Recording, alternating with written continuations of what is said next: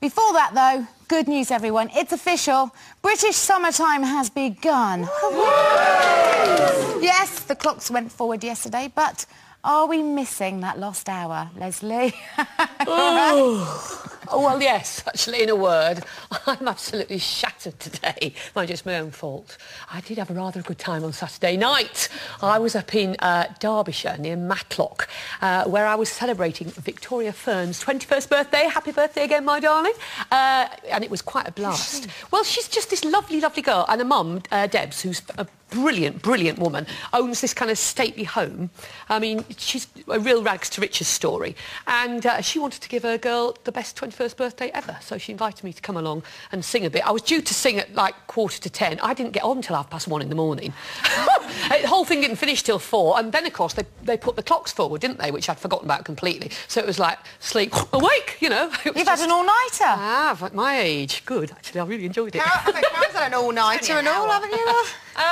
No, I haven't, actually. Oh, I could have had. I've been in Belfast for the weekend. Oh, nice. Oh, my God, I loved it. It's good, Belfast. Do you know what? The best pub in the whole world is in Belfast. Yeah. It is, and it's called The Crown. And I have to say that thanks to a guy called Ronnie, cheers, Ronnie, we nearly missed our flight because he said, when's your flight? We said, oh, it's in an hour. He went, oh, you've got time for another one. It's only across the road, the airport.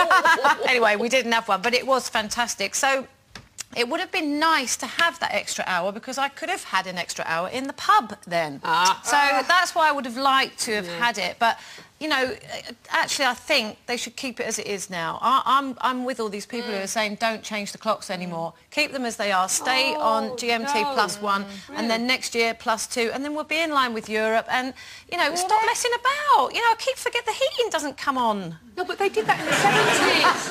No, they did that in the 70s when I was at school. I remember I was doing my A-levels and they tried that. Do you remember that? And it was awful because it was dark at school till nearly the break and nobody wanted to work or do anything. It was really depressing and horrible. They moved it back the next year. Hated but then it still gets dark earlier in the afternoon. No, but I don't see what the difference is. Because you save public electricity. The public buildings don't have to be lit for as long, is what they said to us, but I didn't like it. No. Well, you know what? It's passed me by this hour's difference. I've been in Norway for a month, so I've come back on the same time. Oh, yeah, we're so pleased to see you.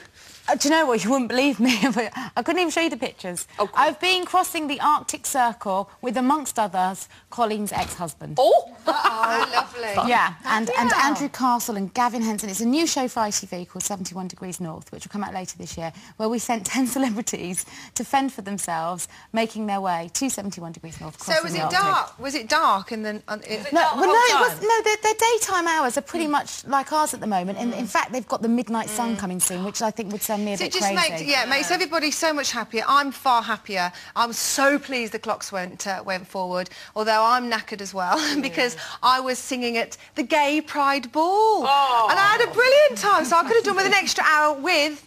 I was in the dressing room with Butlers in the Buff and actually there, look at them. Look at you. But they had nothing on in the back, so I was surrounded by bums. It was terrible, just terrible. How frustrating knowing that you're so not their type. I know. Hey-ho. What a waste.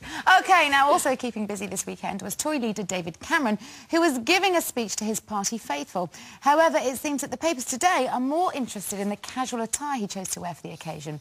Earlier this month, David admitted that his wife Samantha chooses all of his clothes, and some have said that in this case she's committed an uncharacteristic fashion faux pas by encouraging him to dress down for the occasion. So, should politicians always dress the part when on duty, ladies? What do you think? I think they should, because I think it's what we expect. I think a person who has a certain role should dress to that role. And maybe it's just me being old-fashioned, but, you know, I like a man in a suit, and you know what I hate? I hate politicians and people that dress in really, like, they think trendy clothes because they think it's cool, but we just don't, or we never will see them as that. So I think it's perhaps, you know, I mean, I wouldn't dress a man. I couldn't be bothered. I would like a man to know what he has to wear at a certain do or whatever. I mean, I just couldn't be bothered, I don't think. But he looks all right, but it's just a bit uncool for me. Really? Can we get off his clothes? Sorry? Can we get off his clothes? And, you know, I cannot believe the amount of coverage this morning in the newspapers devoted to what he was wearing for the speech. I don't care. I want to hear what he's saying. I want him to say something, something that I want to hear. I don't care what he looks like. He could be walking around in Borat's swimsuit for all I care. I couldn't care less. You know, all I'm doing is listening, and I'm still not hearing anything I want to particularly hear. I think it's really naive, to be honest, of any politician to think that what they wear isn't going to have some kind of effect, isn't going to affect the public's perception of what they are saying. And frankly, if you look a mess, and I really thought he did, then the people are going to think what you're saying is rubbish. They're going to think what you're saying is a mess. And I think... But he was preaching to the converted, really, so, you know, he's just casual. But, you know, why is it important? It wasn't casual, it was a mess. It wasn't a mess. It wasn't exactly a mess. It was just casual. He didn't have a suit on. So what? But you shouldn't be casual about important topics, about important issues. I absolutely agree with you. If only what he was saying had any import or any substance at all. Now, what about the idea that he's dressed by his wife, though? Because obviously that is a task and a half. If you're taking responsibility for everyone in the house, not only the kids, but your man as well. Are any of us guilty of that? Do we dress our men?